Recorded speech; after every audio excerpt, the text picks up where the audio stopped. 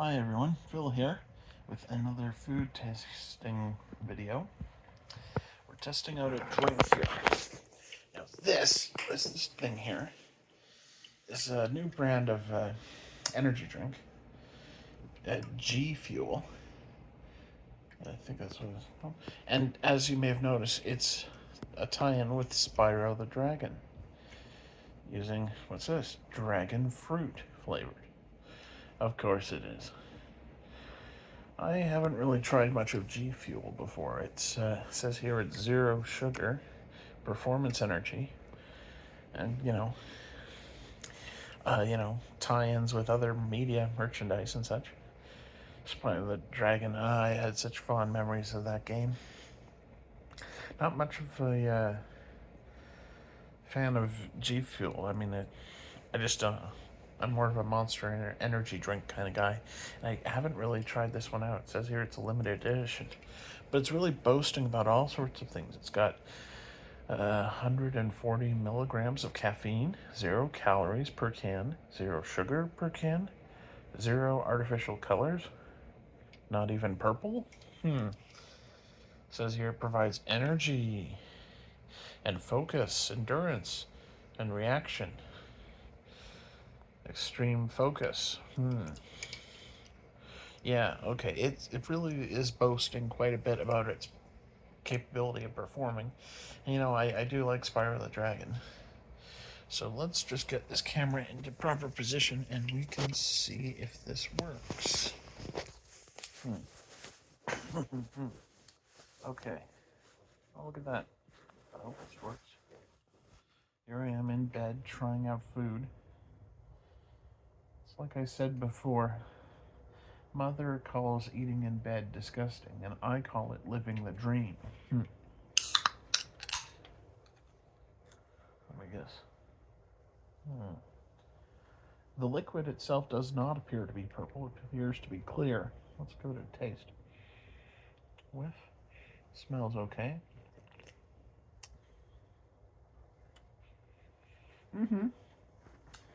Okay. Yeah, that is dragon fruit. It's a good flavor, very nice sort of wild, exotic sort of flavor. But it's not quite the real punch that I get from Monster Energy. But let's taste it.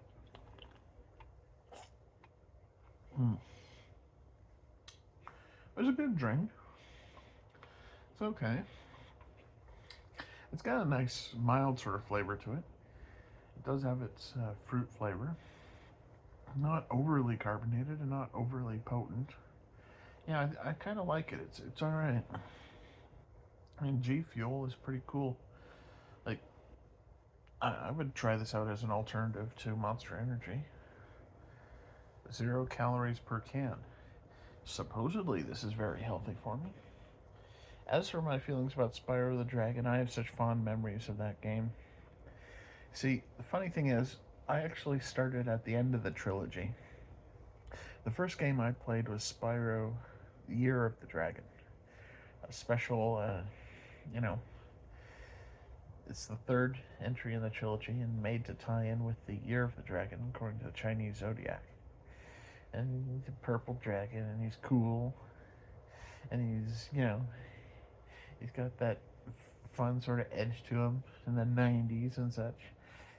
Playing the game on PlayStation 1, and all the worlds they designed over there, they're so wild. There's like this island of crystals, and like they go to the Wild West at ancient times.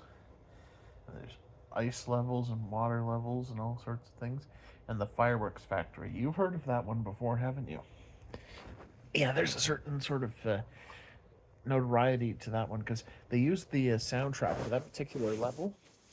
They used the soundtrack for that particular level in games of laser tag because it's so epic and energetic and awesome. The fireworks factory, where you fight Rhinox, these cartoony anthropomorphized rhinocerinos, whatever you call them. They got in their ninja outfits and they fight, and there's explosions in the fireworks factory. Spyro the Dragon, Year of the Dragon. It was a cool game. It was so wild and so so much content and multiple characters. Like this is the first one that introduces multiple playable characters, like Bentley the Yeti. He's got this big ice club and he's very articulate and well spoken. Is it Agent 9? He was like this monkey with a laser gun. It was so cool. And Sheila the kangaroo, she jumps around. She's got an Australian accent because, of course, she does. It's a kangaroo. Mm. Agent Bird, or is it Sergeant Bird? Yeah, he's like this flying penguin. Yes, a penguin that can fly. That's pretty neat. Not only that, but he's got these like rocket launchers mounted on his shoulders, and he can fire them off. And he's like this bird military drill sergeant, and he's like, "You're," he's like, he goes to the Rhinox. All right, you're doomed. And he shoots his rockets at them. And so, they should have added more characters to that. I mean, they should have made some like high quality sequels. Like, I meant to play more of those games, but I just didn't get around to it. I know there's plenty of sequels after it, and rebooted the series twice supposedly. I don't even get into that whole Skylanders nonsense. I don't even know what that is. What that's about. That's like some sort of spin-off of Spyro. That has basically nothing to do with them.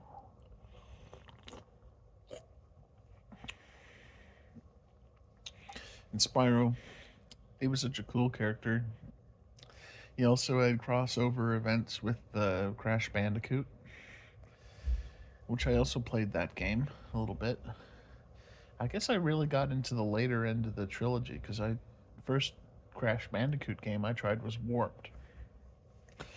You know, the third one, which involves time travel, and it was really weird and wild because Crash goes all over time, Middle Ages, ancient Egypt, like to the far future, to the Middle East, to China, all over the place. And uh, that's the thing, though. I didn't play Crash 1 and 2, though. Uh, and yet I should have. From what I gather, the very first one is exclusively on a tropical island. Understandable. And the second one is more globe-trotting, where he goes to other places in the world, like some sort of glacier area or something. And the third one's time travel, and that's where, you know, he goes to back in prehistoric times to get chased by an enormous dinosaur. It's cartoony nonsense like that.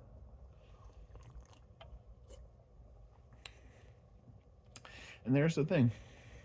I didn't really get to play the original Spyro game, the very first one. And looking back on it, I feel like I kind of been spoiled a bit because you start at the end of the trilogy where they've got all this content packed in there. And so everything going backwards feels all mild and minimalistic. Like Spyro can't even necessarily swim in the first game. And then all sorts of other things he can't do. But it's this vibrant dragon land filled with nasty Norks, as they're called, an off-brand thingy of orcs. Okay, sure. And dragons. There's it feels like they got some serious lore behind them because like they make things and they build this world with like delegated zones, like the artisan zones and the peacekeeper zones and such. And like there's got to be a story to that, but as far as I can tell, they didn't really expand on it. Spyro 2 is when things get wilder and more expansive, where he goes to Avalar and meets uh, Alora, that goat-legged lady. I'm a fawn, you dork. She's like, okay. Moneybags the greedy bear. He's like, you know, Spyro, if you pay this amount of money, the exit portal right out of this world could be just few steps away, and all you could have done is be a little less stingy. Like, okay, here's the money. Like, yes, very well, very good, Spyro. Let me use the secret password that only I know about. The magic word is gullible. The magic door opens. Oh, look, it doesn't return you home. What a shame. Well, be seeing you next time, Spyro. He walks away with his money. Money bags, you greedy bear. And of course, there's Ripto. This is a angry little man with the Napoleon complex. He hates dragons. Yet his minions he hires look like dragons, so I don't know what the story is with that. Uh, they've got the caveman level, which everyone's excited about. Everyone's seen that one before.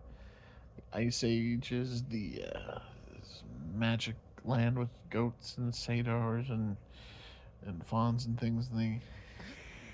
It's a wild fantasy world.